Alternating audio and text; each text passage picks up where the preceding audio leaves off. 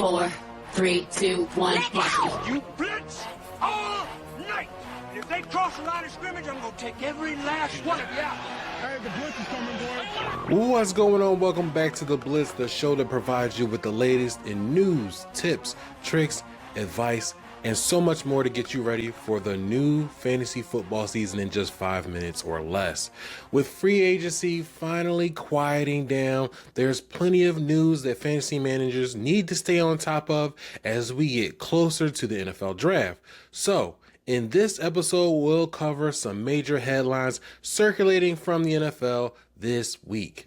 But before we get into the episode, make sure that you're following the Fantasy's Finest YouTube channel for the latest episodes of The Blitz. And you can also find The Blitz in audio format on your favorite podcast platforms like Spotify, Apple Podcasts, or wherever you listen to podcasts. And make sure to like, share, and comment on the podcast episodes because we love the engagement and we love getting your thoughts.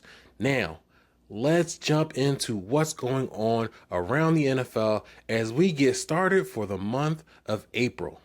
Now, one of the biggest headlines this offseason so far involves Rams wide receiver Puka Nacua. Now, Nacua has been accused of biting a woman and making some inappropriate statements. According to his lawyer, Puka Nacua has now entered into a rehab facility in order to seek treatment. Now, while Nacua is getting that treatment, it's not expected for him to miss any of the Rams offseason program or OTAs, which is a good sign for fantasy football. Hopefully, Nacua can get his head on straight, stay out of the news, and prepare for the 2026 NFL season. Because remember, he's considered one of the top wide receivers heading into the fantasy draft this year. Another headline that caught my attention was a report on the new Cardinals running back, Tyler Algier.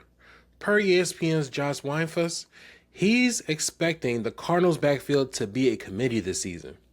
The Cardinals signed Algier to a 2-year deal, but they still have James Conner and Trey Benson on the roster. Now, I think Algier will see the bulk of the work, even in a committee situation. James Conner is an older back who restructured his deal to stay on the team. Trey Benson is still an unproven back overall. But this is a backfield I'll be keeping my eye on this offseason. And finally, ESPN's Stephen Holder believes that the Colts receiver Josh Downs is going to see a much bigger role this season.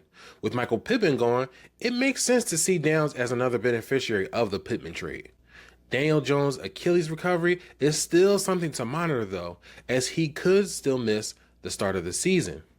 Downs could be an interesting mid-range fantasy target if the Colts don't add another receiver during the 2026 NFL Draft. Downs finished second in targets last season among the Colts receivers, so having more information on Jones' status heading into training camp may make Downs more appealing to fantasy managers before fantasy draft season really gets started, because that connection is helpful for Downs' fantasy value. But that's all the headlines for now. Stay tapped in with the Blitz on the Fantasy's Finest YouTube channel for more NFL offseason fantasy football coverage. And if there's more information that you want us to cover, let us know in the comment section. More fantasy football content is coming, so again, stay tuned and make sure that you hit that subscribe button on the Fantasy's Finest YouTube channel, or follow us wherever you are on social media or where you're listening on the podcast. And you know the routine.